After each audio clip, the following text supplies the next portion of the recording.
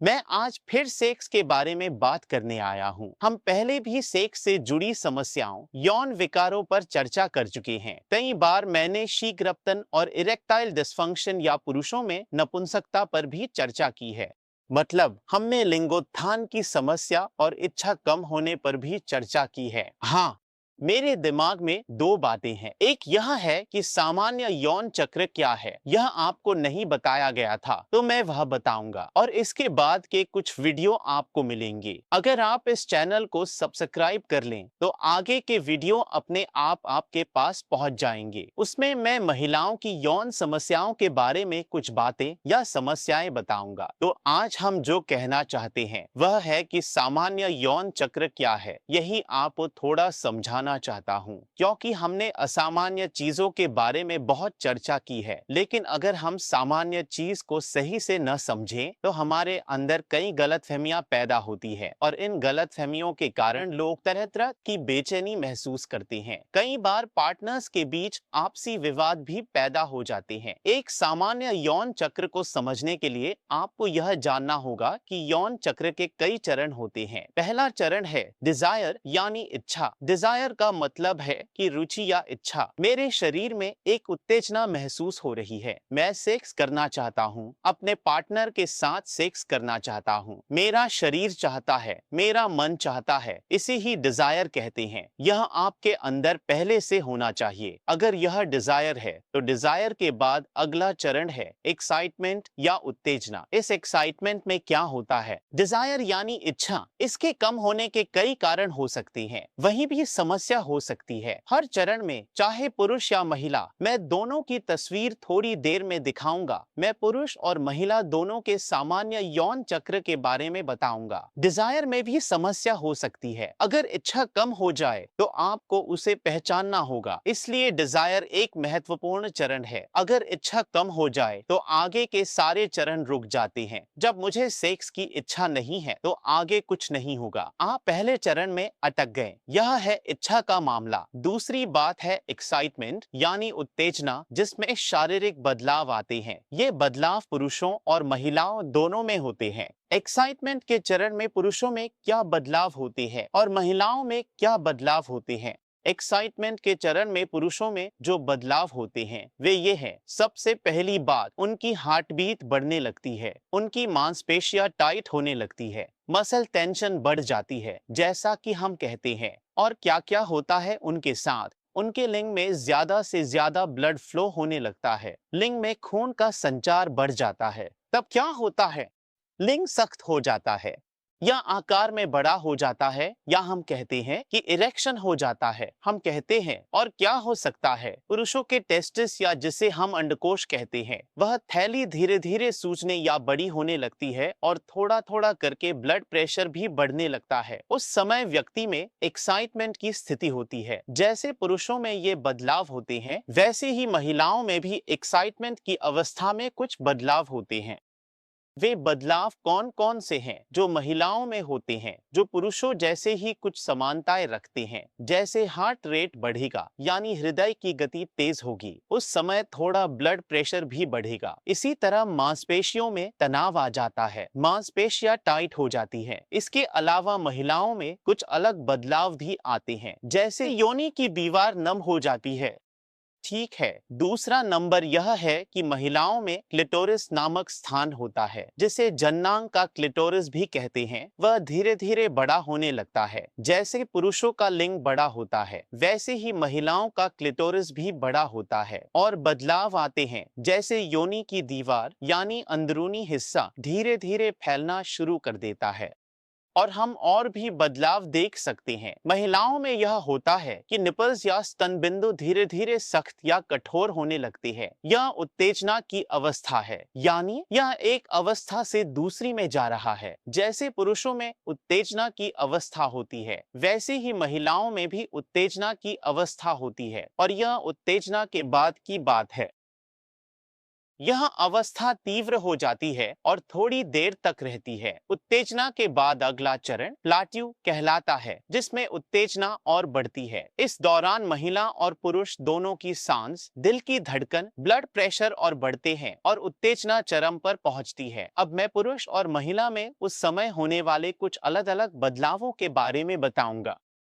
जो अंडकोश फूलना शुरू हुआ था वह अब थोड़ा सिकुड़ता है। हमने पहले भी कहा था कि एक्साइटमेंट फेज में पुरुष का लिंग इरेक्ट होता है, यानी सख्त और बड़ा होता है। यहाँ देखा जाता है कि यह तो होता ही है, लेकिन लिंग का सिरा या ग्लैंस या हेड, वह हिस्सा इस प्लाट्यू चरण में और ज्यादा फूलता है। अब महिलाओं में क्या बदलाव आता है? महिलाओं में जो बदलाव होता है वह यह है कि हमने कहा था कि योनि मार्ग का अंदरूनी हिस्सा पिछले चरण में फैल जाता है। यहाँ कभी कभी बाहरी हिस्से में थोड़ा संकुचन और विस्तार का अंतर देखा जाता है, और यहाँ क्लिटोरिस, जो पिछले चरण में महिलाओं में बड़ा हो गया था, उसका एक हिस्सा अब फिर से छोटा होने लगता है। धीरे धीरे वह थोड़ा सिकुड़ना शुरू कर देता है। यह है प्लाट्यू चरण। और इसके बाद जो अगला चरण आता है उसका नाम है ऑर्गेज्म, यानी तृप्ति। अब तक जो उत्तेजना थी वह धीरे धीरे ले जा रही थी, यानी धीरे धीरे जो उत्तेजना बन रही थी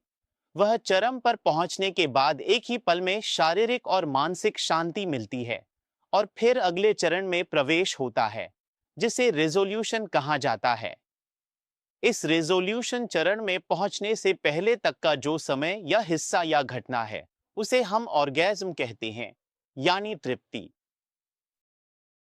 तीव्र उत्तेजना के बाद जो अंतिम चरण आता है उसका नाम बताओ। उस चरण का नाम रेजोल्यूशन है। इसमें पहुंचने का एक तरीका है जिसे ऑर्गेज्म कहते हैं। ऑर्गेज्म एक शांतिपूर्ण प्रक्रिया है जिससे पुरुष और महिला दोनों शारीरिक और मानसिक संतुष्टि पाते हैं। पुरुषों में यह कैसे होता है? पुरुषों में ऑर्गेज्म वीर्यपात से होता है। वीर्यपात के बाद पुरुष को गहरी शांति, आनंद और तृप्ति मिलती है। ठीक है, लेकिन महिला को ऑर्गेज्म कैसे होता है, यह विषय जटिल है। अक्सर देखा जाता है कि इस विषय को नजरअंदाज किया जाता है। कई बार जिनके पुरुष पार्टनर हैं, वे समझ नहीं पाते कि वे अपनी पार्टनर को ऑर्गेज्म तक नहीं पहुंचा पा रही हैं। उनकी पार्टनर को ऑर्गेज्म में समस्या है या वह संतुष्ट नहीं हो पा रही है। यह बात पुरुष अक्सर नहीं समझते। महिलाओं के ऑर्गेज्म के दौरान योनि मार्ग की भीतरी दीवार में बार बार संकुचन और विस्तार होता है, कभी टाइट कभी लूज। ऐसे संकुचन और विस्तार से महिला पार्टनर संतुष्ट होती है। जब तक वह उस स्तर तक नहीं पहुंचती, पार्टनर खुश नहीं होती, संतुष्टि नहीं मिलती।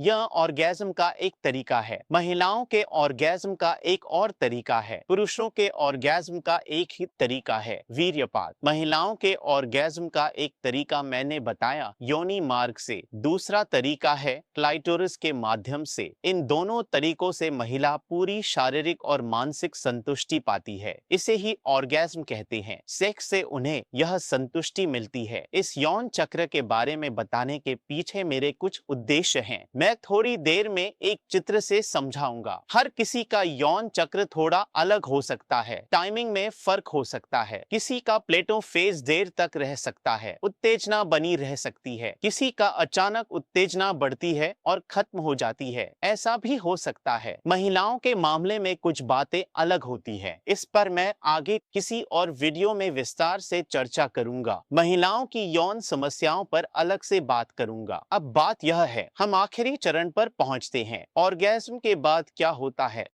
ऑर्गेज्म के बाद शांति मिलती है। फिर आता है रेजोल्यूशन। रेजोल्यूशन एक अवस्था है जहां पिछले चरण की सारी उत्तेजनाएं खत्म हो जाती हैं। इस रेजोल्यूशन के बाद दिल की धड़कन, ब्लड प्रेशर, सांस की गति, ये सब धीरे धीरे सामान्य स्तर पर आ जाते हैं। तीव्र यौन उत्तेजनाएं कम होकर बिल्कुल बेसलाइन यानी सामान्य स्थिति में आ जाती हैं। कई बार यह सामान्य से भी नीचे आ जाती है। वह कैसे?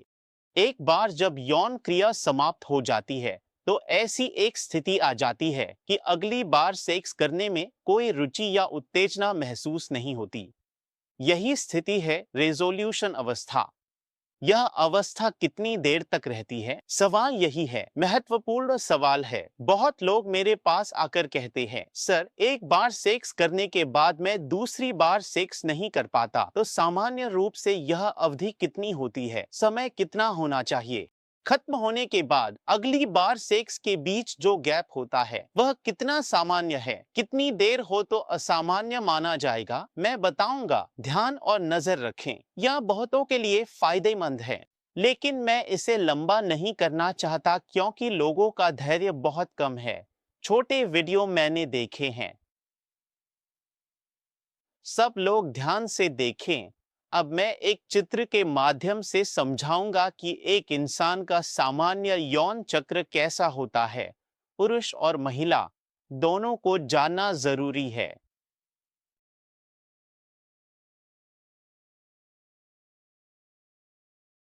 यहाँ देखें, यह है।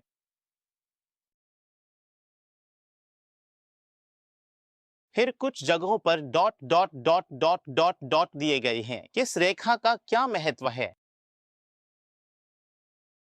यह पुरुष और महिला दोनों के लिए है। यौन प्रतिक्रिया या सेक्सुअल रिस्पॉन्स या यौन चक्र कैसा होता है, इसे समझाने के लिए यहाँ दिखाया गया है। आमतौर पर समझाने के लिए नीली रेखा से बताया गया है कि कुछ महिलाओं में यह प्रतिक्रिया कैसे होती है। यौन प्रतिक्रिया कैसी होती है यह नीली रेखा से बताया गया है, और आमतौर पर पुरुषों में यौन प्रतिक्रिया कैसी होती है यह लाल रेखा से दिखाया गया है।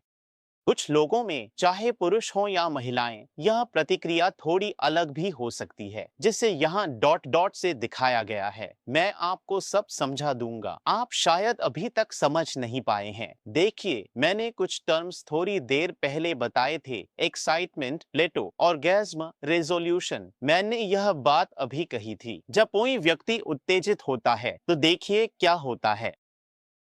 हाँ, हाँ, हाँ, हाँ, हाँ, हाँ, हाँ, हाँ, बिल्कुल।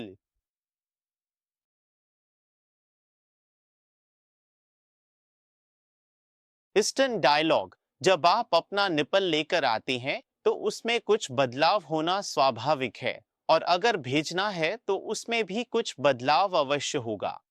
ये बदलाव जो बार बार लेकर लेकर यहाँ दिखाई दे रहे हैं, दरअसल यही वजह है कि तुम्हें बार बार फिर उसी जगह पर आना पड़ रहा है, बार बार वही प्रक्रिया दोहरानी पड़ रही है। इसका मुख्य कारण यह है कि हर बार कुछ न कुछ अलग हो जाता है, जिससे स्थिति बदल जाती है। अब सवाल यह उठता है कि इसमें देर क्यों हो रही है? परम पुलक, एक बार ध्यान से देखो, सोचो कि क्या वजह हो सकती है। शायद कोई छोटी सी बात छूट रही हो, या कोई प्रक्रिया पूरी तरह से स्पष्ट न हो। थोड़ा थोड़ा पुरुष कुछ महिलार है, क्या है? जैसे तुम देख रहे हो, हल्का पीला दाग दिख रहा है। पीला दाग उसी पुरुष महिलार की तरफ है। बाकी तूज भी जांच लो। मतलब उत्तेजना या एक्साइटमेंट कुछ देर तक बनी रही। बने रहने के बाद जैसे ही ऑर्गेज्म आया, ऑर्गेज्म के बाद एक गहरी शांति आ गई। गहरी शांति के बाद रेजोल्यूशन, यानी सब कुछ शांत हो गया। यही है एक आदर्श यौन चक्र। उत्तेजना, फिर उत्तेजना और बढ़ना, कुछ बदलावों को बनाए रखना, और फिर आखिर में चरम सुख का अंत। अधिकतर पुरुष और महिलाएं सिर्फ उत्तेजना तक पहुंचते हैं। कई लोग चरम सुख, ऑर्गेज्म तक नहीं पहुंच पाते क्योंकि वे सही तकनीक नहीं जानते। अब देखिए, पुरुषों में आमतौर पर ऑर्गेज्म होता है, लेकिन फिर भी कई लोगों में यह नहीं होता।